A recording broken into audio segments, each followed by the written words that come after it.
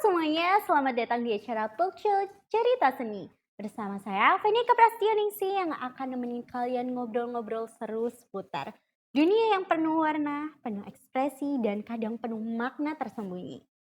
Kita semua tahu ya bahwa seni itu bukan cuman soal tentang gambar di kanvas ataupun lagu di panggung, akan tetapi seni itu juga hidup di sekitar kita dalam cara kita berpikir, merasakan, bahkan mengekspresikan diri. Dan hari ini kita bakal bahas gimana seni bisa tumbuh, berkembang, dan diajarkan lewat tangan-tangan hebat yang berdedikasi. Nah, kali ini tentunya aku nggak sendiri dong. Di sini udah hadir sosok yang luar biasa, seorang guru yang nggak cuma ngajarin teknik, tetapi juga menyalakan semangat dan imajinasi lewat seni. Beliau ini adalah seseorang yang percaya kalau setiap anak punya caranya sendiri untuk menciptakan keindahan. Langsung aja kita sambut Pak Basam, pengajar seni yang inspiratif banget. Jadi buat teman-teman pendengar, siap-siap ya. Karena percakapan kali ini dijamin bakal menginspirasi dan bikin kamu pengen terus berkarya. Oke, halo Pak Halo, Basam. Terima kasih ya udah datang ya di acara kita sama-sama. kali ini. Ya, Kita mau tanya-tanya sedikit nih Pak tentang boleh. seni. Karena teman-teman udah gak sabar, gimana kalau Mhm. kita langsung aja nih Pak? Oke, langsung aja, monggo. Oke, untuk pertanyaan yang pertama, Ya, bisa diceritain nggak sih Pak, gimana awalnya Pak Basam ini bisa tertarik menekuni dunia desain komunikasi visual di mhm. tengah perkembangan teknologi digital yang begitu cepat saat ini? Oke. Untuk DKV atau desain komunikasi visual sendiri itu ya, itu aslinya masih istilah baru di sini. Dulu itu orang-orang lebih mengenalnya sebagai desain grafis. Jadi dulu itu ada di tingkat perkuliahan, di apa, anak-anak kuliah itu desain grafis itu tapi masih tingkat D3, diploma 3. Terus berkembang, berkembang, jadi ada yang tingkat S1, strata 1 yang 4 tahun, itu baru namanya menjadi desain komunikasi Visual itu visual. Pak? Lah, dulu pas saya masih apa, masa-masa sekolah menengah gitu kan, saya itu kan ngambil di SMK. Itu banyak teman-teman kalau SMA kan kebanyakan kan umumnya kan, lanjutkan bekerja Iya, atau di industri. Nah, saat itu alhamdulillah bersyukur masih apa, orang tua itu masih mendukung untuk studi lanjut, yaitu tadi atau kuliah. Nah, tapi kita juga harus tahu diri juga kan, maksudnya mhm, kemampuan kita itu di iya mana. Kalau iya, saya masih ingat kalau kata kakak saya itu kalau kuliah itu harus menyesuaikan minat sama bakat kita. Kalau betul. asal daftar atau asal milih aja kan Sayang bisa gitu ya Pak ya? ya bisa apa, ada resiko nggak keterima atau Iya, nggak ini apa, atau terlempar dari yang apa, seleksi pilihan itu tadi itu tadi. ya. Jadi kita juga nah di DKV itu setelah lihat-lihat informasi, kita itu ini apa, agak pede. Ternyata kalau mau kuliah DKV atau desain komunikasi visual tadi itu, ternyata tesnya itu tes praktek menggambar. Nah, dan itu nilainya tinggi 60%, baru yang sisanya 40% itu tes tulis. Nah, itu kan ya kan kebanyakan kan anak seni atau anak desain itu kan Iya, lebih ke otak kanan gitu ya, apa sih, lebih ke apa, lebih ke imajinasi daripada iya. logika. Jadi kalau tes tulis itu kayak nggak pede. Kalau lihat ada tes praktek menggambar, waduh, oke lah, berani lah, insya Allah, bismillah berani. Jadi kita saat itu ngambil itu, tes menggambar, terus memilih DKV dulu, terus baru beberapa hari lagi tes. Tesnya itu dulu unik ya, jadi dikasih soal, ilustrasi gitu kan, ilustrasi. Terserah kita mau buat komik atau mau buat langsung satu adegan di satu kertas A3 itu boleh. Terus ya ditunggu 3 jam, ditunggu sama penguji, sama pengawas. Terus setelah itu beberapa hari lagi pengumuman dan alhamdulillah pengumumannya lulus. Keterima itu tadi. Ya kita ya itu aja akhirnya lebih masuk ke dunia DKV tadi mulai dari kuliah dan alhamdulillah sampai lulus ya tetap berkecimpung di dunia Yang DKV sama tadi ya. gitu. Itu Pak Basam minat di desain komunikasi visual itu emang kemauan sendiri atau paksaan dari orang tua atau bagaimana Pak? Nah tadi itu seperti tadi ya dan kita juga harus tahu diri ya Iya, disesuaikan dengan minat bakat. Boleh percaya diri tapi juga harus tahu tahu kemampuan diri kita itu kemampuan. ya. Jadi ya memang dulu kan memang hobi menggambar mulai kecil, mulai SD, SMP itu hobi menggambar, sering lomba gitu kan. SMK malah selama SMK itu malah apa? kelas 1 sampai kelas 3 itu saya semua yang lomba itu kan. Jadi Mmm. kayak nggak ada anak lagi dan memang nggak ada anak memang. Jadi kelas 1 sampai kelas 3 itu yang dipilih saya terus gitu kan. Ya apa, ya itu kan ya juga mengasah kita, Iya. masih kayak lomba, apa, menang kalah kan urusan belakang. Jadi tapi kita kan, saya itu kan memang lombanya kan praktek. Jadi praktek di lokasi, dulu masih belum ada zaman-zaman online, masih jarang gitu kan. Memang ada internet tapi nggak Masih semasif sekarang, masih iya, biasa banget. Jadi lombanya juga manual, ditunggu, apa, 3 jam, 4 jam harus selesai saat itu juga.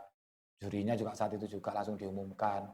Jadi ya tadi itu memang memang pilihan saya sendiri yang disesuaikan sama kemampuan saya, ya tadi akhirnya memang ada yang cocok, yang saya rasa memang yang cocok kayaknya lebih ke DKV deh, lebih ke desain komunikasi visual tadi. sejauh mana sih Pak lingkungan kerja yang membentuk pandangan Pak Basam terhadap dunia industri kreatif digital saat ini?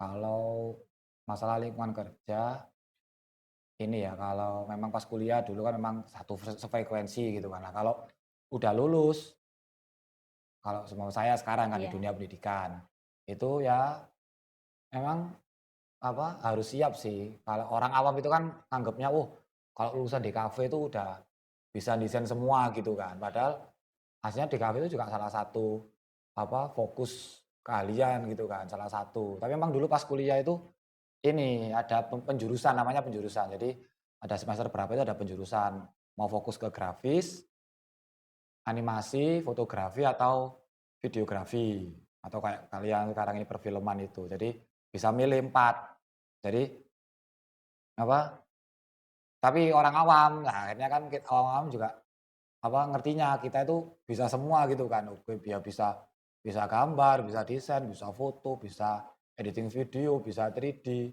Memang diajarkan semua gitu kan. Tapi kan ya setiap anak kan, setiap orang itu punya spesialisasi sendiri-sendiri gitu kan. Nah, jadi ya seenggaknya minimal lingkungan, minimal positif aja deh nggak apa-apa, yang saling mendukung. Tapi kalau tadi itu, kalau masalah banyak orang awam yang mengira kita bisa semua bidang desain, ya kita juga nggak bisa menolak itu ya. Maksudnya ya ya kita bisa nanti di lingkungan yang kalau memang ada di lingkungan seperti itu, minimal lingkungannya positif lah. Jadi dengan positif nggak apa-apa, mendukung, nggak gembosin, nggak apa. Tapi kalau memang tuntutannya banyak untuk anak DKV, ya kita harus bisa belajar lagi sih tak bilang gitu. Jadi kayak ya mungkin saya kan ya, saya fokus ke grafis.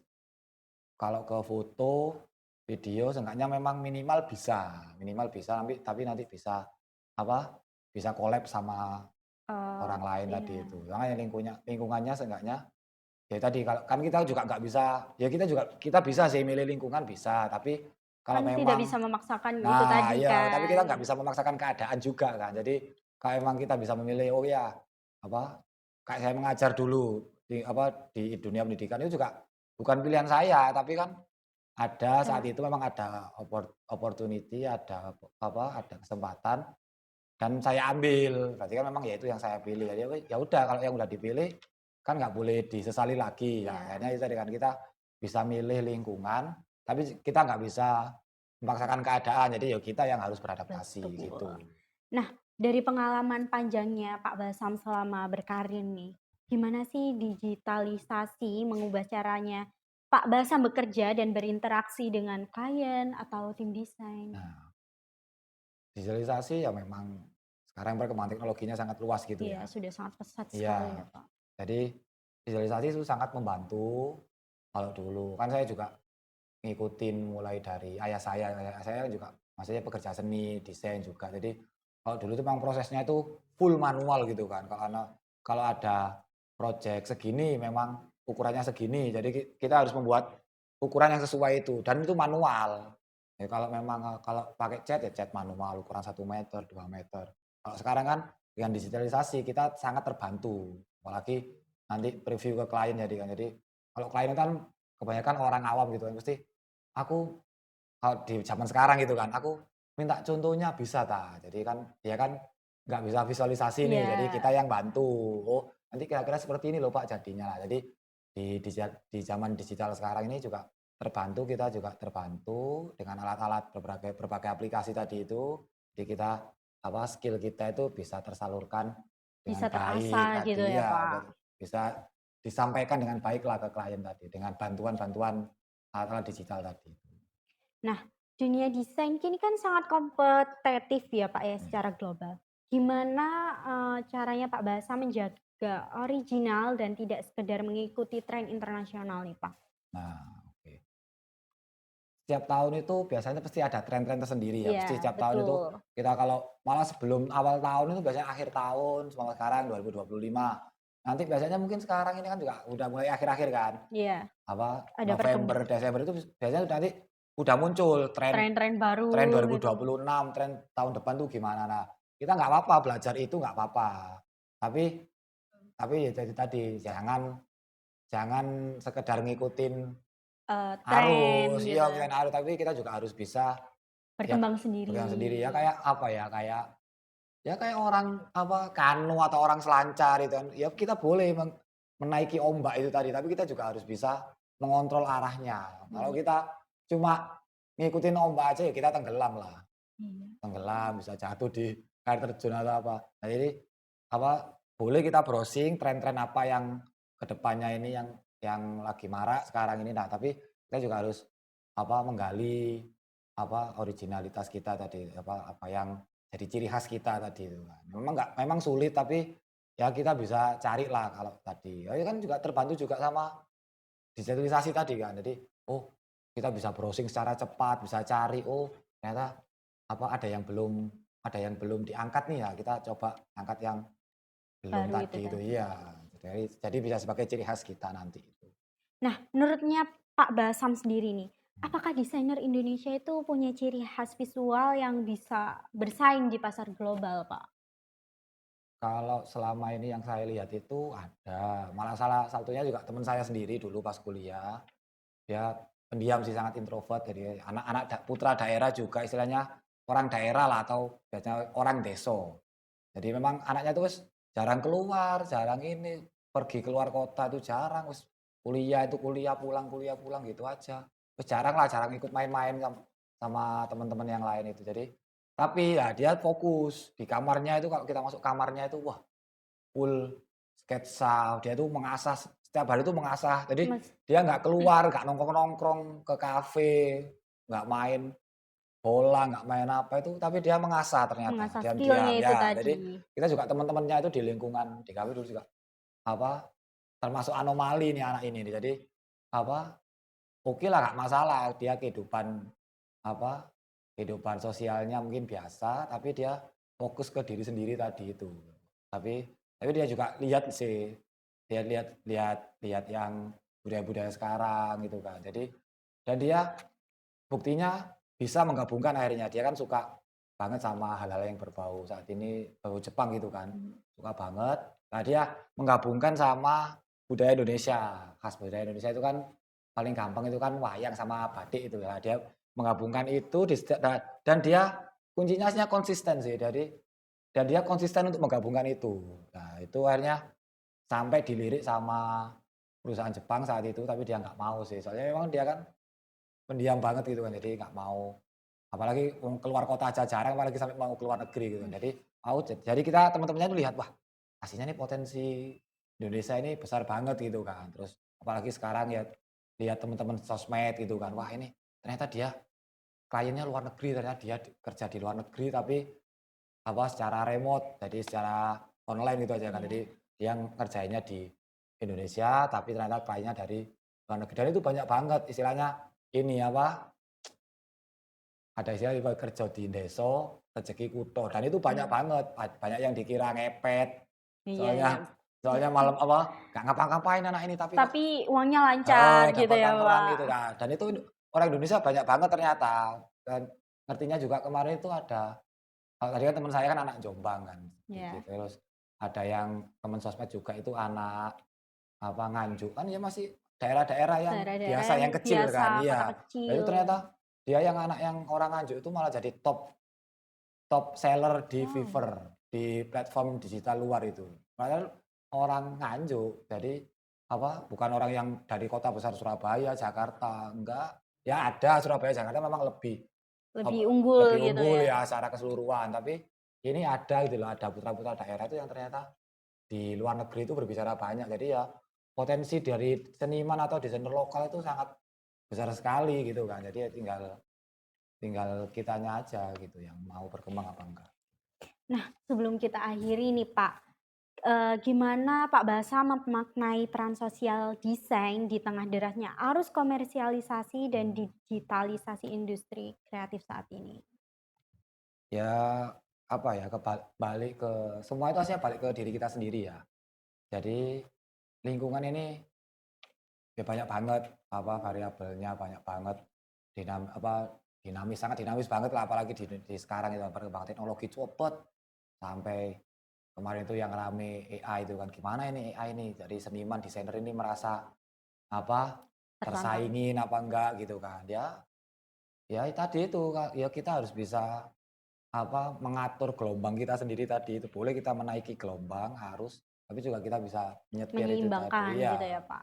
Jadi apa ya tetap boleh browsing atau boleh kita apa jenis Mencari itu inspirasi. mencari inspirasi di dunia maya tapi juga jangan lupa kita itu hidup di dunia Mmm, nyata nyata. Kita lihat gitu. sekitar kita banyak kok yang apa hal-hal yang bisa kita apa yang bisa kita angkat, yang bisa kita jadikan sesuatu untuk lebih keren lagi itu banyak lah hasilnya. Jadi ya kadang ada yang kita belum tahu aja. Jadi ya tadi itu. Jadi meskipun sekarang kan konten-konten viral. Kenapa dia jadi viral ya? Karena memang sebelumnya nggak ada ya. Dia pinter-pinter para konten-konten kreator itu pinter nyari Imajinasinya itu iya tadi. sama juga pinter nyari apa ya, Oh, niche-niche yang unik aja di sekitar dia gitu. Jadi, ya kita jangan malah fokus ke hasil mereka, ya kita juga belajar gimana mereka bisa mendapatkan itu gitu kan. Ya itu tadi, ya saya kira dari pandangan saya juga melihat teman-teman saya juga, ya itu tadi jangan lupakan dunia sekitarmu, lingkungan-lingkungan sekitarmu, orang-orang di sekitarmu yang peduli itu bisa jadi apa, hal-hal besar itu bisa jadi dari hal yang kecil kok. Jadi yang di sekitar kita itu bisa kita angkat lebih meledak lagi. nah, sebagai penutup sebelum benar-benar tertutup nih, Pak. Oke. Apa sih pesan yang pengen Pak Basam sampaikan untuk generasi muda di luar sana agar tetap Ya, kreatif, beretika, dan tidak kehilangan jati dirinya di tengah era globalisasi ini? globalisasi tidak ya apa, nggak bisa menutup kita memang ya dari apa, ya kita nggak bisa menghindari itulah ya. Di HP, internet, AI sangat sekarang sangat Marak-maraknya maraknya di gitu ya. mana-mana itu kan, sampai orang awam pun bisa menguasai AI dan lain-lain. Ya tadi itu, apa, jangan hanya berinteraksi di medsos atau di dunia Medsos. nyata tadi itu kan. Sekarang tahu sendirilah banyak berita yang menipu gitu kan Iya, di banyak dunia sekali saat ini. iya, AI juga bisa menciptakan deepfake, bisa Betul tapi video sekali. palsu, terus ada berita-berita yang penipuan, apalah yang kemarin itu bisa kenalan bentar aja udah terus ditinggal lagi atau sampai kemarin yang rame, apa, menikah tapi ternyata penipuan ditinggal Mmm, lagi, kan menang menang viral-viral aja gitu. Nah jadi, ya kalau masukan dari saya untuk anak generasi-generasi muda, kan saya juga punya anak gitu kan, saya iya, juga punya keponakan gitu kan. Mesti kalau memang terlalu apa, dibebaskan. iya dibebaskan juga berbahaya, tapi kalau kita juga nggak tahu perkembangan juga nanti tertinggal Iya, gitu kan. Jadi ya benar ya sekali. seimbang lah ya, semua hal kan kalau berlebihan kan juga kurang baik gitu kan. Jadi kita harus bisa menyeimbangkan hidup kita, jadi mana yang Baik, iya, mana yang mana yang buruk, tidak. mana yang saatnya di dunia maya, mana yang saatnya di dunia nyata tadi kan. Ada kan anak yang apa, yang kayak tadi teman saya tadi ya, bolehlah introvert, tapi dia fokus kan ke hasilnya, tapi Hasil dia dapat tapi dia akhirnya di ujungnya dia dapat hasil dari yang dia tekuni tekuni tadi selama tadi, ini, iya. gitu. Kalau udah nggak pernah bersosialitas sama tetangga, di rumah nggak ngapa-ngapain, cuma scroll-scroll nggak jelas, nah itu kan tambah nggak produktif gitu kan. Nah, kalau itu tadi, kalau memang nggak sosial, produktif, mandiri nggak apa-apa. Kalau memang nggak bisa produktif mandiri, ya bersosial sama orang-orang Orang-orang. lain. Minimal contoh, kayak kemarin kan masih nggak jauh lah sama Agustus gitu kan. Atau kemarin HUT kabupaten. Kan itu kan banyak acara gitu lah. Jadi ada lomba, ada menghias menghias taman, menghias RT, menghias lingkungan gitu. Nah itu anak-anak seni, anak-anak desain itu jangan jangan berdiam diri gitu loh, itu ikut bantu menghias. Ternyata kan kalau anak-anak muda kalau dikasih kesempatan keren-keren kan Iya, hasilnya gitu kan. betul sekali. Nah kalau tapi kalau kita nggak mau keluar, kita nggak mau sosialisasi, ya para orang-orang tua-tua, orang senior-senior ini juga nggak tahu potensi kita gitu Iya, kan. Oh ini anak ini bisa apa sih, pasti akan diremehkan. Soalnya kita juga iya, nggak mau tampil, nggak mau show off, tampil nggak apa-apa lah. Kalau seumpama, oh sekarang wis zaman kalau memang izin atau kurang pede gitu kan ya, ya nanti bisa upload kok di medsos, medsos. Instagram, Facebook. Jadi itu bisa jadi portofolio kalian. Jadi kalau emang malu nampilin, kalau adanya cuma karya digital ya tinggal upload aja, upload aja wis. Kan saya juga pembimbing LKS, pembimbing BKL itu pasti ada di salah satu tempat yang saya apa, tempati untuk yang tadi anak magang itu, pasti Iya. salah satu owner-nya itu pasti bilang, pasti pertama kali kalau masuk, punya sosmed, dilihat isinya apa aja. Oh berarti kamu fokus ke bidang ini ya, bidang ini. Mmm. Kalau nggak punya, malah didorong. Oke, kamu buat, kalau emang kamu malu di first account, buat second account, tapi isinya khusus Iya. karya-karya tadi itu. First account oke lah, buat selfie-selfie, buat ini boleh lah, nggak apa-apa sama teman-teman. Tapi yang second account fokus ke portofolio atau karya tadi itu. Itu kalau memang apa, memang sukanya sosmed atau Iya, agak malu lah di dunia. Tapi ya kita tadi harus seimbang lah. Jadi orang-orang sekitar kalian itu juga harus tahu gitu loh kalau kalian itu punya potensi potensi atau itu tadi, bisa gitu kan. Kalau nggak gitu ya kita nggak akan bisa dipercaya sama berkembang. orang-orang. Kalau kita cuma kadang bisa protes, "Bu, apa kok cuma gitu-gitu aja, kita nggak dilibatin." Lah kalian sendiri juga nggak mau turun tangan, ya udah ya jadi ya kita seimbang lah, istilahnya seimbang tadi. Boleh browsing, cari inspirasi, apa Tapi jangan lupa jati diri ya, tetap. kan namanya sosial media kan sosial di media gitu kan. Itu pun kadang teman kalian pun juga kadang apal-apal, ada yang filter, ada yang apa, ya fake lah, ada yang deepfake dan lain-lain ya. Tapi yang asli itu yang di sekitar kalian itu di keluarga, teman, tetangga-tetangga itu yang asli. Nah itu apa, karya seni kalian itu gunakan atau kreativitas kalian itu gunakan untuk membantu lingkungan-lingkungan sekitar itu. Ada salah dulu malah jadi ingat ini, ada salah satu pas di Jogja itu setelah Gunung Merapi meletus itu ada kan Jogja kan kreatif banget nih, itu Iya, banyak yang seniman-seniman, iya. desainer-desainer itu mereka langsung membuat donasi tapi langsung dalam bentuk kaos. Kan kadang kan orang itu nggak mau langsung donasi uang gitu, Iya, oh iya, betul. jadiin kaos saja. Tapi saat itu 100.000 kalau nggak salah, 100.000 tapi langsung free kaos gitu kan.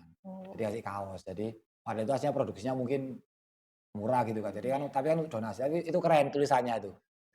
The true creativity is created to help others. Wow, Jadi kreativitas sesungguhnya itu dipakai untuk membantu orang orang lain. lain. Jadi gitu. Itu yang kata-kata yang masuk banget ke benak I saya tadi itu. Jadi ya memang ya boleh kita aktif di dunia sosial untuk anak-anak muda loh ya sekarang loh ya, iya, kan kita iya. nggak bisa menafikan itu. Boleh kita upload portofolio di medsos, di berbagai platform, tapi juga jangan lupakan dunia sekitar Dunia kalian tadi dan sekitarnya. dunia terdekat kalian, gitu. Baik, terima kasih untuk Pak Basam atas ceritanya yang Sama-sama. begitu menginspirasi ini. Amin amin. Nah, dari setiap goresan kita belajar bahwa seni bukan tentang keindahan, akan tetapi juga tentang perasaan dan perjalanan. Saya Venika Prastianingsih pamit undur diri. Teruslah berkarya dengan hati karena di setiap karya ada cerita yang tak pernah mati. Terima kasih.